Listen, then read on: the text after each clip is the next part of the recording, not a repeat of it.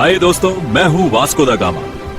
चाहिए इस वीडियो को अंत तक जरूर देखना, क्योंकि मेरी पूरी समुद्री यात्रा पुर्तगाल से भारत तक मैं आपको खुद दिखाने वाला हूँ। 15वीं शताब्दी का अंत, जब समुद्र केवल जल नहीं बल्कि भाग्य का मार्ग हुआ करता था। सन 1498 यूरोप के छोटे से देश पुर्तगाल से निकला एक साहसी नाविक जिसका नाम था वास्को डा गामा।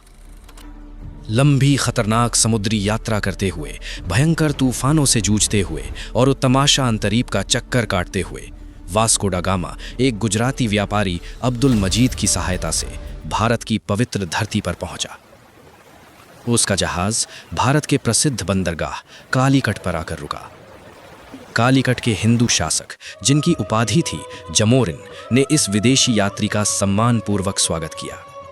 वास्को डा गामा ने कालीकट के राजा से व्यापार करने का अधिकार प्राप्त कर लिया, लेकिन ये बात अरबी व्यापारियों को स्वीकार नहीं थी, क्योंकि भारत यूरोप मसाला व्यापार अब तक उन्हीं के हाथों में था।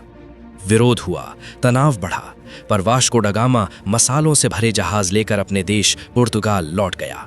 और जब वे मसाले यूरोप के बाजारों में बिके तो उनकी कीमत पूरी समुद्री यात्रा की लागत से 60 गुना अधिक थी।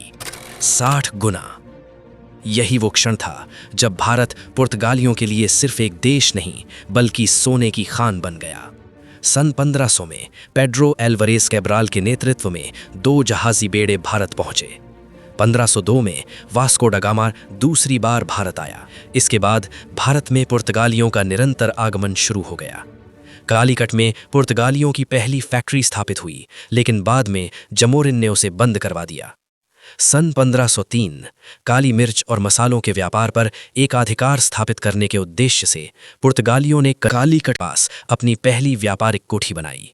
इसके बाद 1505 में कन्नूर में उनकी दूसरी फैक्ट्री स्थापित हुई। यहीं से भारत के इतिहास में एक नया अध्याय शुरू हुआ, एक ऐसा अध्याय जिसने आने वाले वर्षों में भारत की राजनीति, व्यापार और सत्ता की दिशा हमेशा के लिए बदल दी।